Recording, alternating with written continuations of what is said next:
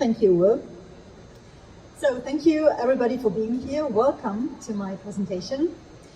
So I work at a department that is nothing like a big university department. It's a small department with just 3 Linux, 5 medical physicists, and 5 radiation oncologists, and actually 12 RTTs running the show.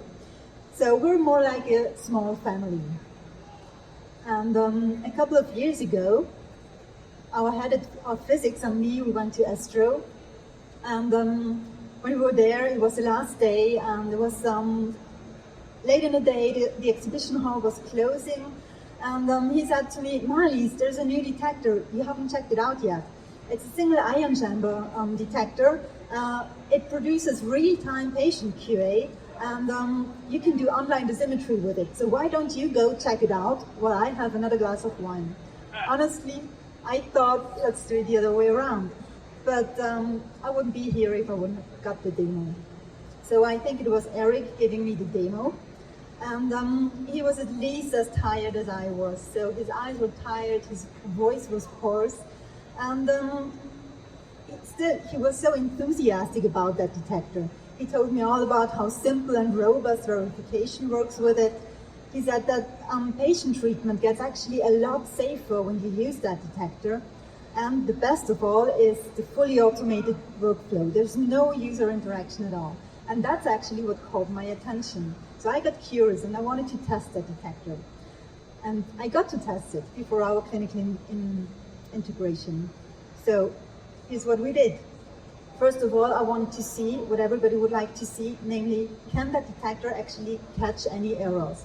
The next thing was, is that detector robust enough to implement it to clinical routine?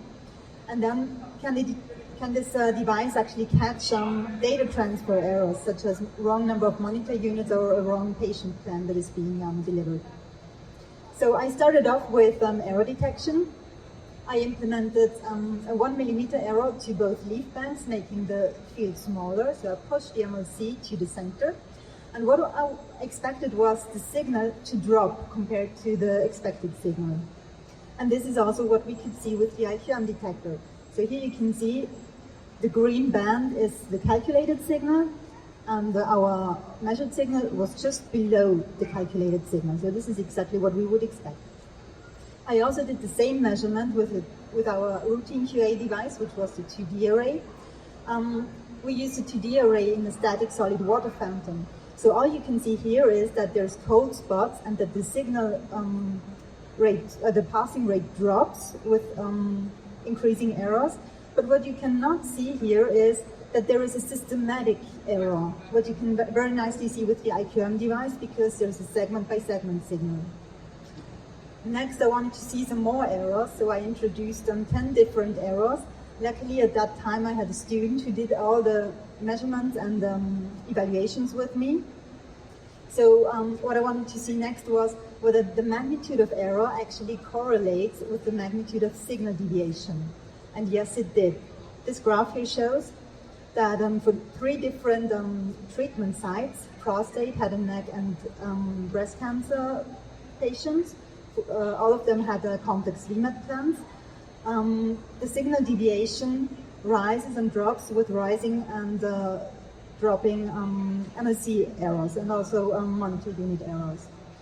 So when you look at that graph, you can still not say whether or not there is a clinical impact or how much the clinical impact would be.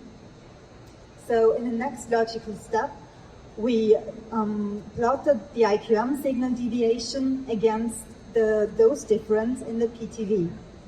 So this graph here actually composes of more than 450 data points that we measured and evaluated. So we can see a very nice correlation, a very robust correlation.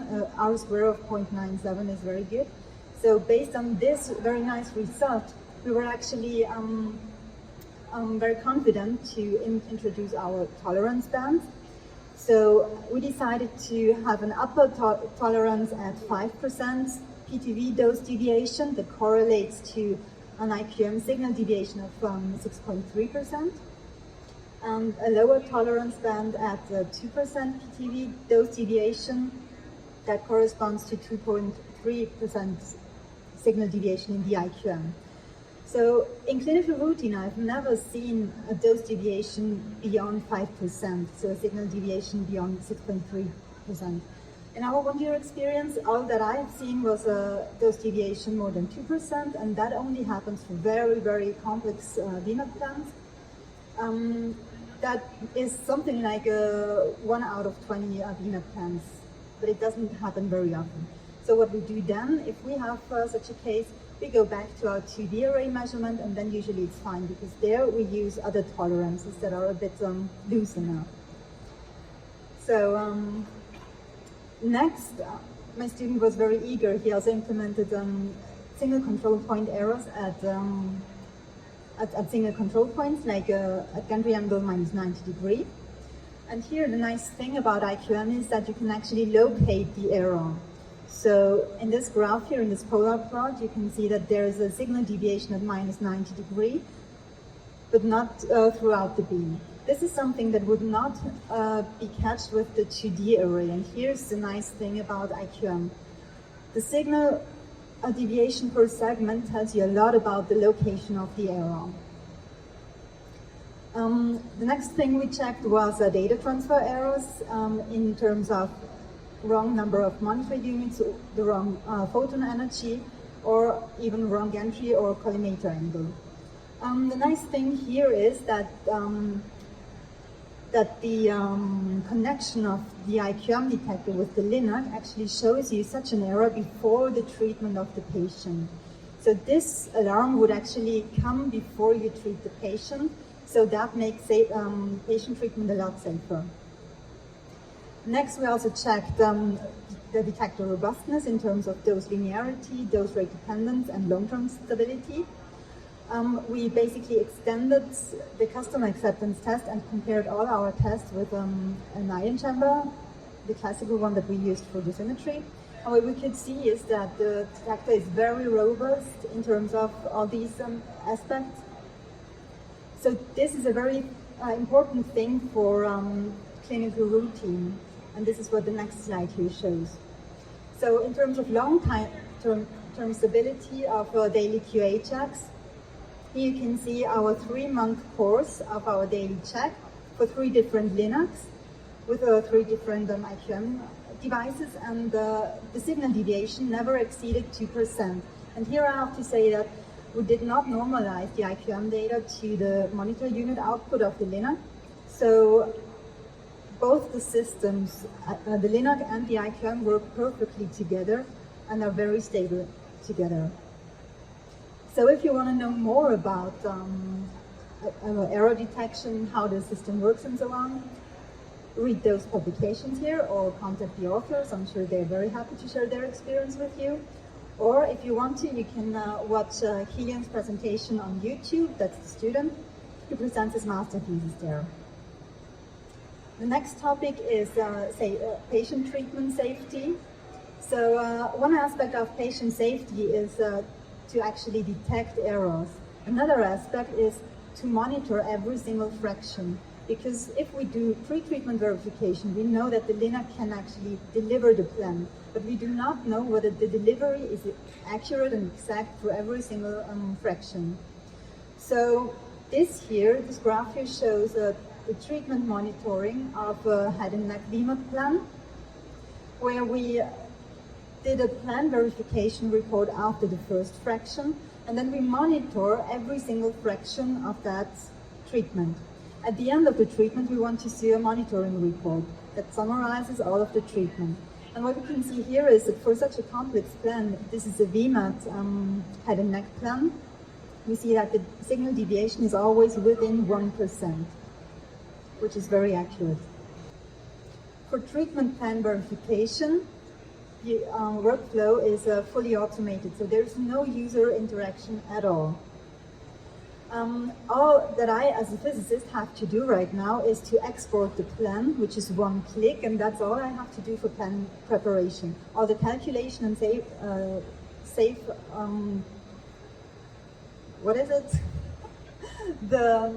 saving all the information is done automatically, the saving of the file. So yeah, the next thing I need to do is to actually evaluate the QA report that is done after the first fraction. That takes me about 30 seconds to look at that document. All the rest of the workflow is fully integrated and seamlessly works seamlessly in our department. So detector preparation actually means to put the detector up into the LINACAD and to start the workstation. Detector setup and removement is just a 10 seconds procedure. The measurement works fully automated. I did not count any time for that. Compared to the 2D array, all of those steps need to be done manually for each patient. So in total, I can save a lot of time. In total, I need for the IQM maybe 2 minutes, 30 seconds. Whereas for the 2D array, I need more than 20 minutes per patient. For the IQM, a lot of these steps need to be done just once per day. So there's a big difference. Now, the next thing is measurement, fully automated. I show you a little clip how that actually works. So here you can see a random physicist, and the video is already on. Is it? Yes, now. So here you can see on the left-hand side there's the LINAC monitor, then there's the Record and Verify monitor. On the right upper-hand corner there's the IQM workstation. The physicist starts the measurement. The IQM workstation starts the measurement automatically, records all the data and stops and saves the data automatically. The physicist does not have to interact at all with the workstation. Our RTT love that because they don't have to do anything, they don't have to press any buttons, they don't have to save anything, they don't have to start or stop anything. So I think the video stopped. Yes, it's done. So there's not much to see. So what do we do with all the time that we have now? I heard a lot about risk management and a lot about plan quality improvement and so on. What we actually do at our department is we improve the quality of our work-life balance. We improve the quality of our work life, and that in turn also has a big impact on our teamwork. And that is seen in the next slide here. Teamwork means that multidisciplinary teams can work greatly together, and our IT specialist and me, we designed the plan verification report that fits the needs of our department regulations. So with this plan report that is generated from the IQM data is very easily accessible and can be processed in a very easy way. So we got statistics that fit our needs, we got graphs that we want to see, and in future we plan to actually waive all the green flagged verification reports and check only the yellow flagged ones, so that we get even less interaction here and more time for whatever we want to do. Yes, last but not least, here's a little checklist of the IQM. So we did find the IQM a very simple and robust tool for plan verification. It increases the patient treatment safety a lot, and there's absolutely no user interaction, so it's fully automated workflow-wise. So at the end, what we do, what the IQM does is to detect errors, and it's a beautiful tool for that. But at the end of the day, it's us professionals who need to actually prevent those errors. So for that, it's very important to have a team that you can trust. And I'm lucky enough to have two teams that I can trust. One is the team at home, at the Lake Constance department, and the other team is the IRT team. In my 12 years experience as a medical physicist, this is the most reliable and professional team that I've ever worked with. So, thank you, IRT.